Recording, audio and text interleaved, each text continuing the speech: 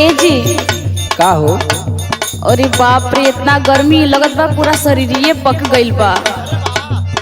एगो बात कही। अरे त आंगनबाड़ी के पाउडरवा खत्म होगल का?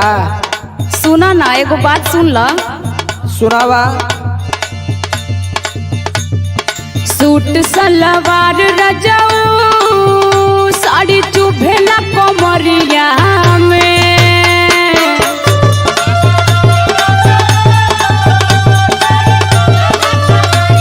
सुनो तानी ना? हाँ सुनत है।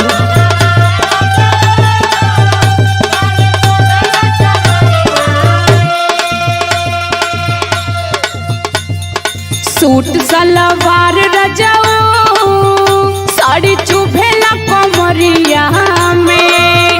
लेला में कसी मजा दी गरमिया में।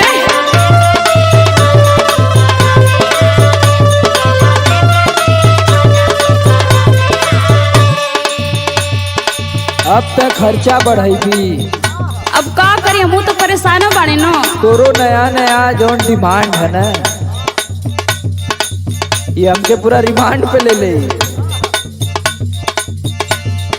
मैं कसी पहिरी दिल में मोरे आगिया लगई भूखा।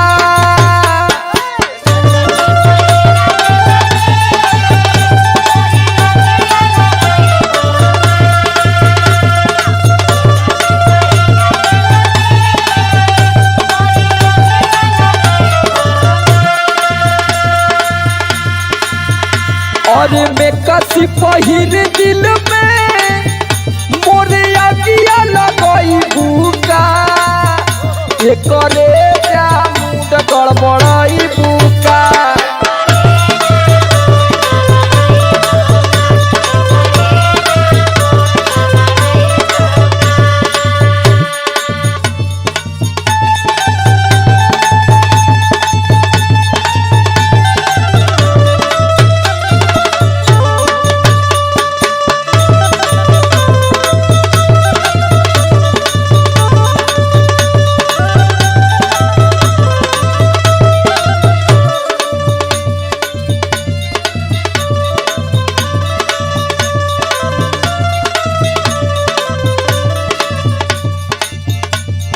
देखा, हम परेशान बानी तबे न कहता नहीं। झूठो को थोड़ो खर्चा करवाई तोहार।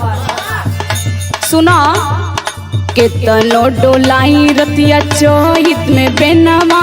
रेंगेला भीतर भीतर देही में पसेनवा।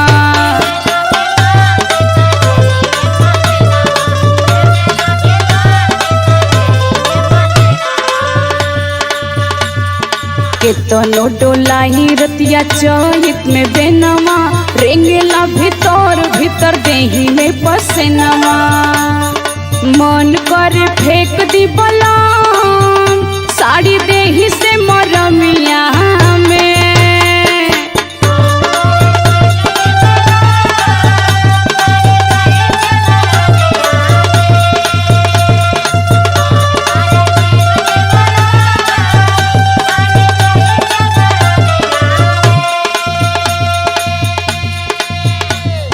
मन कर फेंक दी बलाम साड़ी देही से मरमिया में।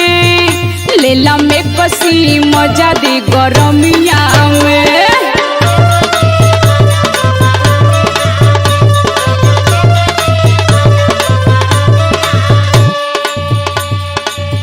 अरे सुनीला के मैक्सी बड़ा महंगा मिलल रे पगली। अरे ज्यादा महंगा ना होला हो। अरे कुल देखिला कि लेके आवे नहीं, बड़ा महंगा बताओ नहीं के कपारे लादी सब लोग। नहीं नहीं, जाके देखा तब ना। सुना, हम उपाय बतावत थी। बतावा एक्सी मैक्सी ना लेवे कोई, ठीक है ना? बतावा बतावा।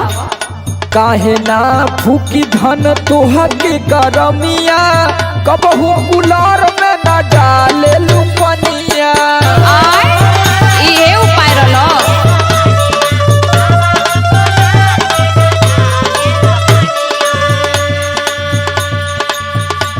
और देखो वैसे ही कूलर फेंकल है, ओकर मोटर सोटर खराब भैल है। अरे वो पुरान हो। कुल चीज तो के नया चाहिए। सुन जितना कहथिन उतना सुन। सुनावा। काहे ना फूकी धन तोहर के गरमिया, कबहू कुलार में न डाले लुपनिया। समर आलोक के गोरी अब तू ही पढ़ाई बुका।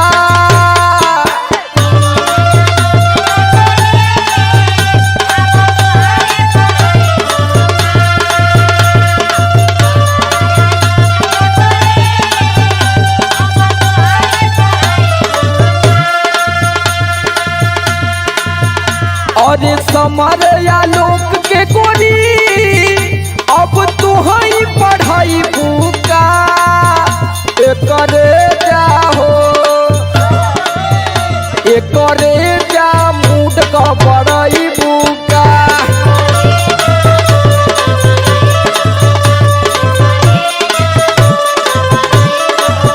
लेला में कसी मजा दे गरमिया,